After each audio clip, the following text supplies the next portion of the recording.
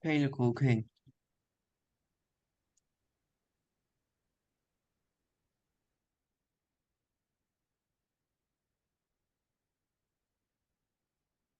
thế nhá nè.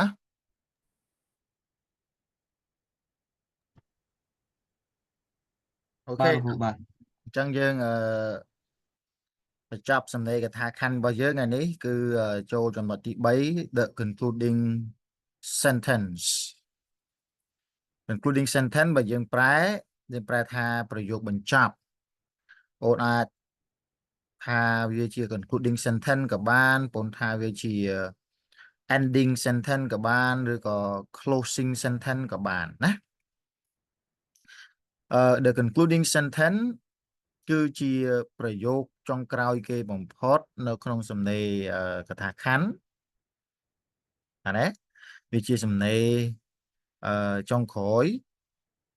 វាគឺជាប្រយោគដែលបញ្ចប់សំណេរកថាខណ្ឌទាំងមូល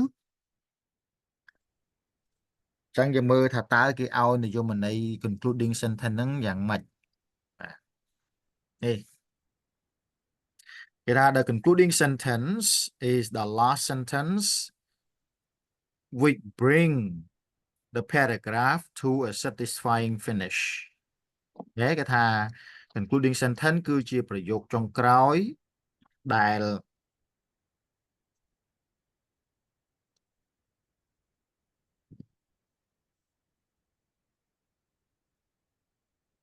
ពួកយើងមិនបាច់ record ទេបាទខ្ញុំ record ទេតា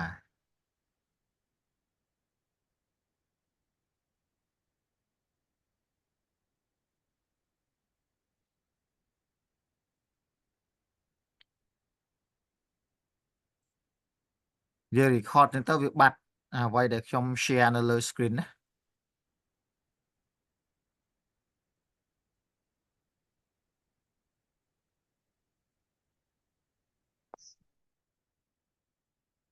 ខ្ញុំមើល screen អត់ឃើញទេដល់ពេលចឹងឯងតោះឥឡូវពួកយើងឃើញវិញទៅ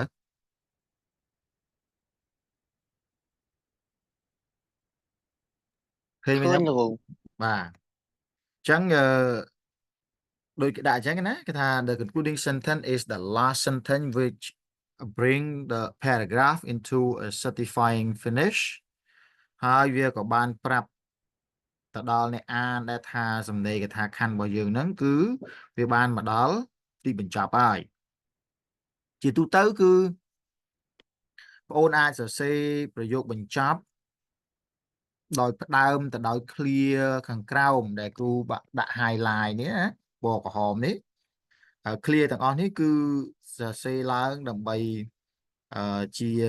ការចង្អុលបង្ហាញប្រាប់ដល់អ្នកអានថាសំណេរកថាខណ្ឌរបស់យើងនឹងគឺវាបានមកដល់ទីបញ្ចប់ហើយបាទណាអញ្ចឹងយើងមានដូចជាពាក្យ all in all in short in brief in other words in conclusion in any event ឃើញទេអញ្ចឹងអាហ្នឹងគឺជា transition signal គឺជា concluding transition signal ឬមួយក៏ concluding transition phrase clear ឬក៏ពាក្យទាំងឡាយណាដែលគេប្រើដើម្បីបញ្ចប់សំណេរកថាខណ្ឌហើយយើងមានតែ6ទេនៅក្នុង slide នេះហើយគ្រូក៏បានបន្ថែមចំនួន6ទៀតនៅក្នុង Telegram របស់យើងណាអញ្ចឹងបងប្អូនអាចសរសេរកថាខណ្ឌបញ្ចប់វាដោយការប្រើប្រាស់ពាក្យទាំងអស់នេះឬក៏ clear ទាំងអស់នេះបាទដើម្បីចង្អុលបង្ហាញទៅដល់អ្នកអានថាសំណេរកថាខណ្ឌរបស់យើងនឹងគឺបានមកដល់ទីបញ្ចប់ហើយជាទូទៅ clear ទាំងអស់នេះយើងមានការបកប្រែប្រហាក់ប្រហែលគ្នាទេបាទដូចជាពាក្យថា all in short in brief អីហ្នឹងណាមានន័យថានិយាយឲ្យខ្លីមកឬក៏សរុបសេចក្តីមកជាចុងបញ្ចប់ណានិយាយជារួមអីចឹងទៅយើងអាចប្រែទៅតាមហ្នឹងស្ថានភាពផ្សេងណាអញ្ចឹងផ្ដើមប្រយោគទាំងអស់នេះផ្ដើម concluding sentence ជាមួយនឹងការប្រើប្រាស់ concluding transition signal. Okay, the next one we are looking at ways to writing the concluding sentence ចំណុចទី1ទៀតនេះ55គឺយើងនឹងនិយាយអំពីរបៀបនៅក្នុងការសរសេរ concluding sentence ឲ្យបានល្អអញ្ចឹងនៅក្នុងនេះគ្រូបានបញ្ចូលតិចនិចចំនួន2នៅក្នុងការសរសេរ concluding sentence តិចនិចទី1យើងហៅវាថា summarizing ទី2ទី1 paraphrasing ហើយទី2នោះគឺ summarizing ហើយគ្រូក៏បានឲ្យនិយមន័យនៅក្នុង Telegram ដែរថាតើ paraphrasing ស្អីគេណា paraphrasing អីហើយ conclude summarizing នឹងអីគេជាទូទៅបើយើងប្រែ summarizing ហើយនឹង paraphrasing ណាparaphrasing គឺជាការយក topic sentence យកមកសរសេរឡើងវិញដោយការប្រើប្រាស់ពាក្យពេចន៍ឃ្លាឃ្លោងផ្សេងតែអាចរក្សាន័យរបស់វាដើមអញ្ចឹងដូចគ្រូប្រាប់បងអូនតាំងពី session មុនអញ្ចឹងថា topic sentence ហើយនិង concluding sentence វាមានទំនាក់ទំនងគ្នាអាពីរហ្នឹងវាមិនខុសគ្នាប្រហែលទេចំណុចដែលយើងអាចនិយាយថាវាខុសគ្នានោះគឺដោយ topic sentence ជា sentence ដំបូងរបស់សំណេរកថាខណ្ឌចំណែកឯ concluding sentence គឺជាប្រយោគចុងក្រោយរបស់សំណេរកថាខណ្ឌបាទខុសគ្នាតែប៉ុណ្្នឹងតាមការពិតអាពីរហ្នឹងបើយើងគិតទៅវាមានអត្ថន័យស្រដៀងគ្នាទេតាណាអញ្ចឹងនៅពេលដែលបងអូនសរសេរ concluding sentence បងអូនអាចយក topic sentence យកមកសរសេរឡើងវិញដល់ពេលដែលយើងយកវាមកសរសេរឡើងវិញហ្នឹងមិនមែនមានន័យថាយើង copy វាមកទាំងដុលទេក្បួន paraphrase នោះគឺគេឲ្យយើងយក topic sentence មកសរសេរឡើងវិញប៉ុន្តែយើងប្រើប្រាស់ពាក្យផ្សេងប្រើប្រាស់ទម្រង់វេយ្យាករណ៍ផ្សេងប៉ុន្តែរក្សាន័យដូចនឹង topic sentence អញ្ចឹងណាន័យវាដូចគ្នាប៉ុន្តែកាលណាថារបៀបនៅក្នុងការសរសេរវាផ្សេងគ្នាអាហ្នឹងគឺយើងធ្វើ paraphrasing ចំណែកឯ summarizing គឺមានថាសង្ខេបពាក្យថាសង្ខេបបងអូនត្រូវយកmajor supporting sentence ទី1ទី2ទី3នៅក្នុង body of the paragraph ហ្នឹងគឺយើងយកវាមកសង្ខេបឡើងវិញអាហ្នឹងគឺយើងប្រើវិធីសាស្ត្រសង្ខេបហើយបើយើងគិតថាទី1នេះវាពិបាកព្រោះយើងមិនសូវចេះពាក្យថ្មីច្រើនមិនសូវចេះទម្រង់វេយ្យាករណ៍ទូលំទូលាយនោះបងអាចសង្ខេបទៅណាបើយើងគិតថាមួយណាវាស្រួលសម្រាប់យើងសរសេរមួយហ្នឹងទៅមួយណាយើងគិតថាវាស្រួលធ្វើលឿនធ្វើអាហ្នឹងបាទណាអញ្ចឹង paraphrase ក៏បាន summarize ក៏បានហើយនេះមួយទៀតគឺ use your own opinion to conclude the paragraph ពេលខ្លះគេក៏អាចប្រើប្រាស់មតិយោបល់ផ្ទាល់ខ្លួនរបស់គេដើម្បីបញ្ចប់សំណេរកថាខណ្ឌបានដែរប៉ុន្តែអាហ្នឹងវាមិនសូវជាស្រួលដូចជាទី1ទី2ទេហើយយើង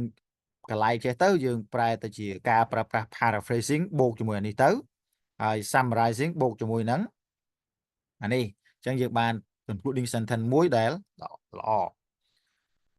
អានេះគឺជា slide មួយទៀតដែលគ្រូបញ្ជាក់លើកឧទាហរណ៍ថាតើគេធ្វើ paraphrase នៅក្នុងការសរសេរ concluding sentence យ៉ាងម៉េច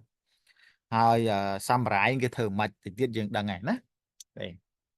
paraphrase or restate the topic sentence in different words ឃើញទេគេប្រាប់យើង paraphrase ហ្នឹងឬមួយក៏យក topic sentence ហ្នឹងយកមកសរសេរឡើងវិញដោយការប្រើប្រាស់ពាក្យផ្សេងតែដូចខ្ញុំនិយាយថាអត្ថន័យរបស់វាមិនខុសគ្នាទេគ្រាន់តែថាការសរសេរការប្រើប្រាស់ពាក្យពេចន៍ឃ្លាឃ្លោងវាខុសគ្នាតែប៉ុណ្្នឹងឯងឥឡូវយើងមើលឧទាហរណ៍គេដាក់ថា Internet has 3 main advantages គេថាអ៊ីនធឺណិតហ្នឹងវាមានគុណសម្បត្តិសំខាន់ចំនួន3ណាគុណសម្បត្តិសំខាន់ចំនួន3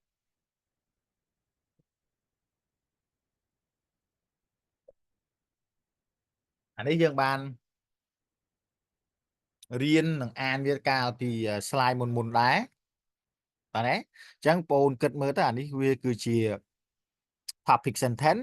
ឥឡូវគឺដល់ពេលដែលយើងសរសេរវាទៅជា concluding sentence បងមើលប្រៀបធៀប topic sentence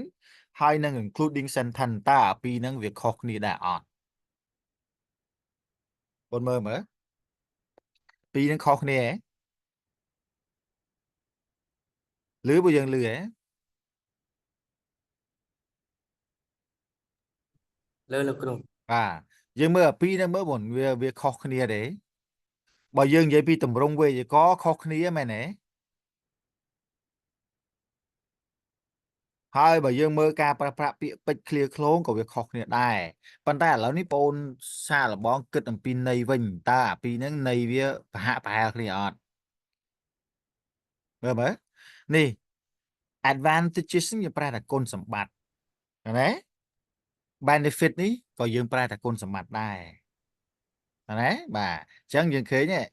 គេយក topic sentence យកមកសរសេរឡើងវិញប៉ុន្តែគេប្រើប្រាស់ពាក្យផ្សេង internet គឺជា topic អញ្ចឹងវានៅដូចគ្នាប៉ុន្តែបងប្អូនមើលទីតាំង internet អានេះនៅខាងដើមអា internet អានេះនៅខាងក្រោយឃើញទេអានេះគេប្រើពាក្យតែ three main advantages តែអានេះគេប្រើពាក្យ a few ហើយយើងដឹងហើយ a few នោះគឺមានពាក្យមានន័យស្មើនឹង2 3ហើយក្នុងន័យនេះគឺមានន័យតែ3នឹងឯងឃើញទេបាទ people get a few main benefits from internet អញ្ចឹងបងឃើញថាគេ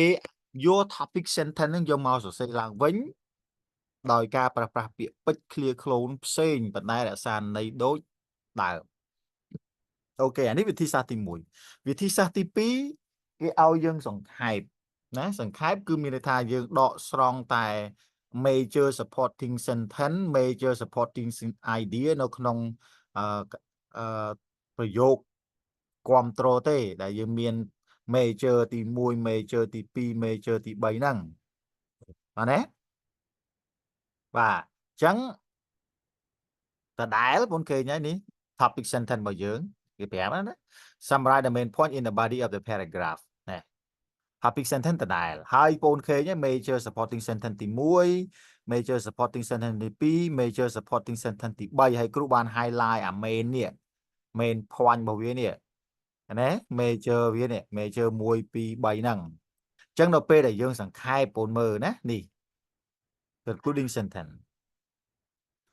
Using internet, people are easy to communicate with each other, study with variety of sources, and entertain ourselves with many options. ចឹងនៅក្នុងនេះបងអូនឃើញវាមានទាំងអស់នេះអានេះបងអូនឃើញនេះមកខ្ញុំ highlight អីបន្តិចចុះនេះអានេះ major support ទី1របស់supporting sentence ណាអានេះ major supporting sentence ទី2អានេះគឺ major supporting sentence ទី3បងឃើញមើលឥឡូវនេះគេយកវាមកសង្ខេបឡើងវិញឃើញទេនេះបាទនេះទី2នេះណា internet their second teacher ហ្នឹងមានន័យថារៀនដោយសម្បូរទៅដោយឯកសារប្រភពណាចំណេះដឹង entertain ឃើញទេនេះគេដាក់មកអញ្ចឹងអាហ្នឹងហើយគឺជារបៀបណាបងណារបៀបនៅក្នុងការធ្វើសង្ខេបអញ្ចឹងចាំថាសង្ខេបគេធ្វើសរសេរតែចំណុចសំខាន់ដែលយើងបានបកស្រាយនៅក្នុង supporting sentence ទី1 supporting sentence ទី2ទី3ហ្នឹងទេគេអត់បានយក minor មកទេគេមិនយកទេ minor ណា minor supporting sentence គេមិនយកទេគេយកតែ major ទេណាអាហ្នឹងរបៀបនៅក្នុងការសរសេរ concluding sentence បែបទី2អញ្ចឹងទី1យក topic sentence យកមកសរសេរឡើងវិញណាទី2គឺយើងសង្ខេបបែបយក major supporting sentence យកមកសរសេរបាទណាបាទ Next one after the concluding sentence of the paragraph you may add the concluding comment គេថាបន្ទាប់ពីបងអូនសរសេរ concluding sentence រួចណាបងអូនអាចដាក់ concluding comment នេះ concluding comment មកណា concluding comment នេះគឺជាមតិយោបល់ចុងក្រោយណាមតិយោបល់ចុងក្រោយរបស់អ្នកសរសេរទេបាទគេគ្រាន់តែណែនាំឲ្យយើងសរសេរទៅបើយើងមិនសរសេរក៏អត់បញ្ហាដែរអា concluding comment ហ្នឹងមិនបាច់សរសេរក៏អត់បញ្ហាដែរព្រោះ ធាតុ3របស់យើងមានហើយប៉ុន្តែអ្នកសរសេរសៀវភៅមួយគេប្រាប់ថាយើងសរសេរ concluding sentence ហ្នឹង concluding comment ហ្នឹងទៅដើម្បីទុកអនុស្សាវរីយ៍ល្អមតិផ្ដាំផ្ញើអីចឹងទៅអឺចុងក្រោយដើម្បីឲ្យអ្នកអានហ្នឹងយកទៅអានត្រេះរិះគិតពិចារណាយកជាបទពិសោធន៍យកជាចំណេះដឹងឬក៏យកជាមេរៀនសម្រាប់ជីវិត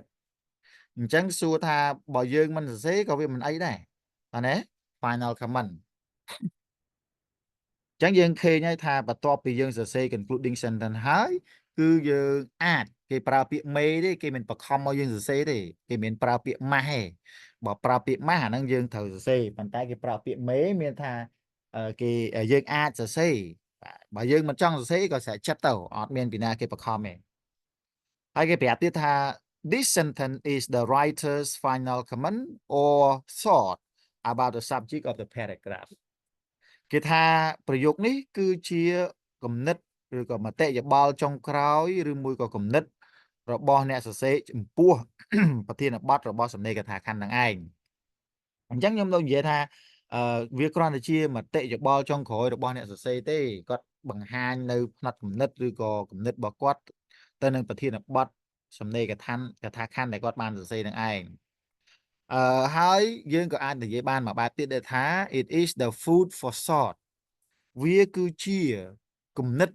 សម្រាប់យកទៅត្រេះរិះគិតពិចារណាអញ្ចឹងយើងមិនមែនប្រែថាអាហារសម្រាប់គិតទេណាបងណាបាទយើងប្រែថាវាគឺជាគំនិតសម្រាប់យកទៅត្រេះរិះគិតពិចារណាមានន័យថាអ្នកសរសេរហ្នឹងគាត់សរសេរ concluding sentence ហ្នឹងទៅ concluding comment ហ្នឹងទៅដើម្បីឲ្យ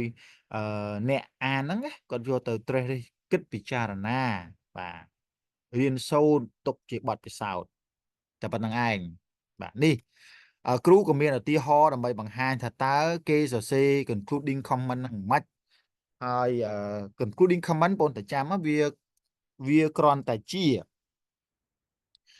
មតិផ្ដាំផ្ញើវាគ្រាន់តែជាមតិយោបល់ចុងក្រោយវាគ្រាន់តែជាការវាយតម្លៃវាគ្រាន់តែជាការធ្វើអឺផ្ដល់នៅអនុសាសន៍ផ្ដល់នៅបតិយោបល់វាគ្រាន់តែជាការស្នើសុំទេណាអញ្ចឹង comment ដូចខ្ញុំនិយាយថា comment គួរតែ comment អ្វីដែលវាពាក់ព័ន្ធណាកុំ comment តែប្រេះតែផ្ដាស់អញ្ចឹងយើងមើលឧទាហរណ៍យើងឃើញហើយ topic sentence របស់យើងដដែល internet has 3 main advantages ហើយអានេះគឺ major supporting sentence ទាំង3របស់យើងហ្នឹងហើយ concluding sentence របស់យើងអានេះឃើញទេនេះសរុបមកអញ្ចឹងគេនិយាយថាអ៊ីនធឺណិតហ្នឹងវាមានគុណសម្បត្តិសំខាន់ចំនួន3គុណសម្បត្តិសំខាន់ទី1នោះអ៊ីនធឺណិតជួយឲ្យមនុស្សយើងហ្នឹងធ្វើការតាក់ទងគ្នានឹងបានស្រួលទី2នោះនិស្សិតចាត់ទុកថាអ៊ីនធឺណិតហ្នឹងគឺជាគ្រូទី2ព្រោះគេរៀនសម្បូរទៅដល់ឯកសារបើអត់មានគ្រូក៏គេអាចឆែកនៅក្នុងអ៊ីនធឺណិតបានដែរទី3នោះមនុស្សភាគច្រើនគាត់ប្រើប្រាស់អ៊ីនធឺណិតហ្នឹងសម្រាប់ជាការកែកម្សាន្តអញ្ចឹងដូចយើងដឹងហើយយើងប្រើអ៊ីនធឺណិតហ្នឹងសម្រាប់មើលYouTube ក៏បានស្ដាប់ចម្រៀងតាមប្រព័ន្ធអនឡាញក៏បានយើងអាចមានអ៊ីនធឺណិតហ្នឹងយើងអាចលេង social media Facebook Messenger អី Telegram អីគឺបានមកកម្សាន្តណាបាទហើយគេចាប់ផ្ដើមគេសរសេរសរុបសេចក្តីមកតាមរយៈការប្រើប្រាស់អ៊ីនធឺណិតហ្នឹងណាមនុស្សយើងមានភាពងាយស្រួលក្នុងការធ្វើទំនាក់ទំនងគ្នារៀនដែលសម្បូរទៅដោយធនធានឯកសារជាច្រើនហើយកែកម្សាន្តណានៅជាមួយនឹងជំរើសជាច្រើនអញ្ចឹងគេសរុបសេចក្តីណាហើយ concluding comment គឺមានន័យថាគេចាប់ផ្ដើមសរសេរដូច្នេះ Therefore, the government should have reduced the price of internet to encourage all citizens to use it beneficially. ដូច្នេះណារដ្ឋាភិបាលរាជរដ្ឋាភិបាលគួរតែជួយកាត់បន្ថយតម្លៃនៃការប្រើប្រាស់សេវាកម្មអ៊ីនធឺណិតដើម្បីជំរុញទឹកចិត្តឲ្យប្រជាពលរដ្ឋគ្រប់ស្រទាប់វណ្ណៈហ្នឹងអាចប្រើវាបានទៅជាប្រយោជន៍រៀងៗខ្លួនអញ្ចឹងនៅក្នុងន័យនេះ concluding comment របស់យើងវាមិនមែនជាការផ្ដល់ជាអនុសាសន៍ទេវាមិនមែនជាការផ្ដល់ជាមតិយោបល់អីទេឬមួយក៏មតិយោបល់ផ្ដាំផ្ញើអីទេប៉ុន្តែវាគឺជាការស្នើសុំណាស្នើសុំដល់រាជរដ្ឋាភិបាលជួយកាត់បន្ថយ តម្លៃនៃការប្រើប្រាស់សេវាអ៊ីនធឺណិតហ្នឹងដើម្បីឲ្យមនុស្សគ្រប់ស្រទាប់វណ្ណៈហ្នឹងមានលទ្ធភាពប្រើបានដូចគ្នាតើណាមិនតើអ្នកមានទេបានប្រើបានអញ្ចឹងដូចខ្ញុំនិយាយថា concluding sentence ចប់យើងអាចនឹងថែម concluding comment ហើយ concluding comment របស់យើងហ្នឹងគឺដូចខ្ញុំនិយាយថាវាគឺជាមតិយោបល់ចុងក្រោយរបស់យើងទេតើណាបាទអញ្ចឹងអាហ្នឹងគឺប៉ុណ្ណឹង concluding sentence របស់យើងមានប៉ុណ្ណឹងឯងបញ្ចប់ប៉ុណ្ណេះតែមុនបញ្ចប់គ្រូចង់ឲ្យយើងអានសំណេរកថាខណ្ឌនេះមួយសិនហើយចាំទៅទៀតខ្ញុំសួរសំណួរតើពួកយើងអានអានេះបន្តិចទៅ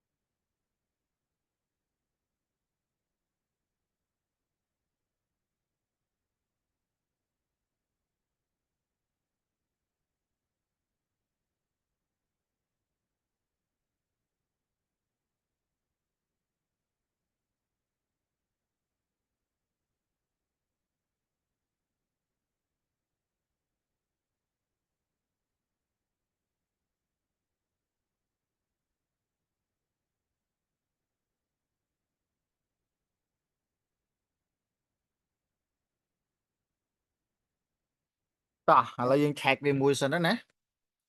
ពួកយើងចាំឆ្លើយតោះអានេះអាពណ៌ក្រហមនៃគ្រូ highlight ហ្នឹងអាហ្នឹងគេហៅគេបងបាទ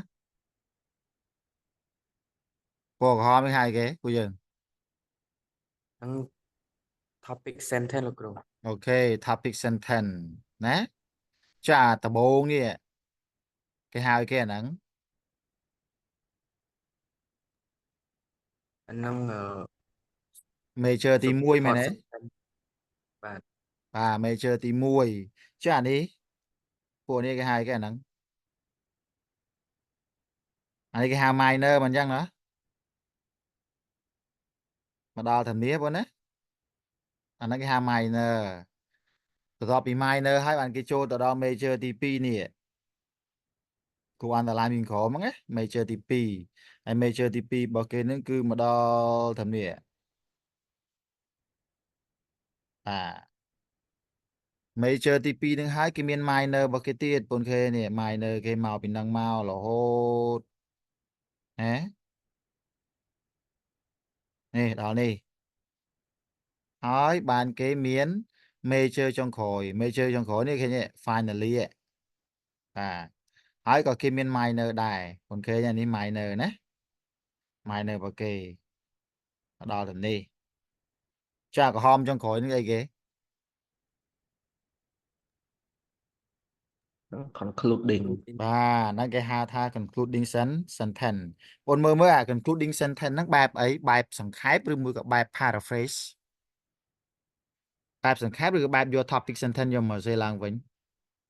summarize មើលសួរសិនមើល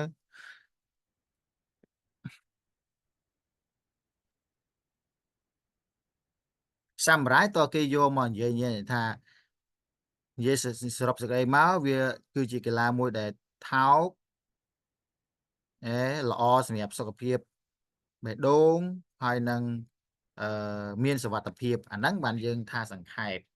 តែអានេះគេយក topic sentence យកមកសេឡើងវិញណាបាទអញ្ចឹងគេយក topic sentence យកមកសេឡើងវិញអញ្ចឹងអាហ្នឹងគេហៅថា paraphrasing តើណាបាទចាបាទតើឥឡូវអានមួយទៀតមកអានយើងឆ្លើយតែមួយគ្នាតែហ្មងទៅអាដំបូងនេះគេហៅអីគេនេះពួកយើងអាហ្នឹងអីគេឆ្លើយតិចមក top sentence topic sentence lecturer អូខេ topic sentence ចានេះគេហៅគេអាដំបូងនេះ major បាទហ្នឹងគេហៅថា major supporting sentence ទី1ណា major supporting sentence ទី1ហើយក៏វាមាន minor ដែរបងមើលនេះ minor វាឃើញទេមកហើយហូហែមកអញ្ចឹងមកនេះបាទអា minor ហ្នឹងគេស៊ីសងតអ្នកសរសេរទេគេសរសេរបានវែងប៉ុន្តែគេសរសេរបានច្រើនប៉ុណ្ណាហ្នឹងដោយសារតែគេបកកែបញ្យលបកកែសរសេរហ្នឹង minor ហើយបានគេចូលទៅដល់ major ទី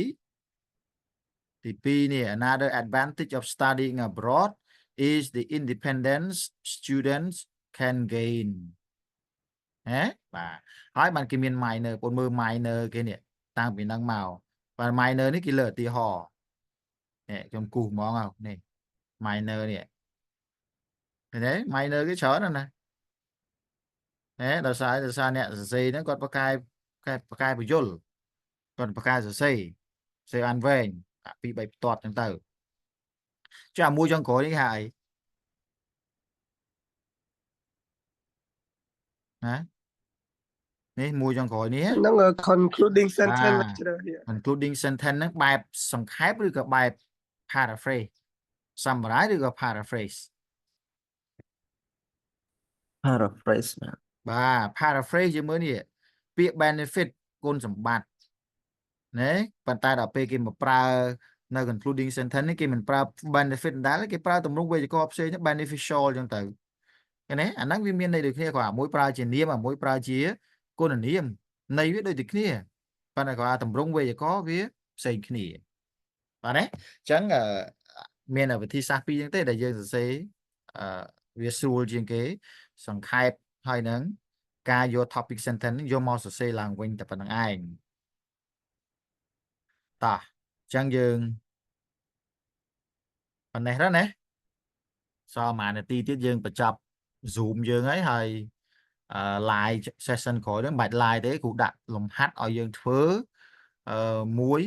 បញ្ចប់មេទី7ហើយពួកយើងនឹងប្រឡងមួយនៅថ្ងៃអាទិត្យបាទពួកយើងតនគ្រូតន blog online មាន ប្រឡ lecturer ង online បងប្រឡង online ព្រោះប្រឡងថ្នាក់ dương trong time mau nó không thạnh có admin bật tục đây là ní vô cái bật tục cái vô tàu lòng sao lòng tham thì bay thì buồn thì pram ấy và lòng chân ấy ở hai chẳng mẹ thi có mọi hạt pê và lìa dưỡng cứ dương trâu tài lòng online hay đặt từ ngày ngã tết và đấy làm bay có mọi pa nó bỏ phê là đó chờ ca nghe bỏ dương riêng sâu từ mùi có ca nghe và sau này ngã tết nó dừng đặt tới thư hai screenshot nhà tụ oi crew máu bị trả bài chẳng ngày Tết bố nát crew nâng tầm lẹ lính oi bồn phớ nơi màu pi cái là đó nhôm tờ lẹ lính màu pi Bác cái là toàn là mà hai dân phớ tao dục chăm phớ ấy các bạn hai dân từ vô phớ chăm dục phớ và nay cầm toàn oi chlong ở Tết rồi hai screenshot trâu tấu ngày chán nhôm chập đam sang mình tụ trâu lại ta đấy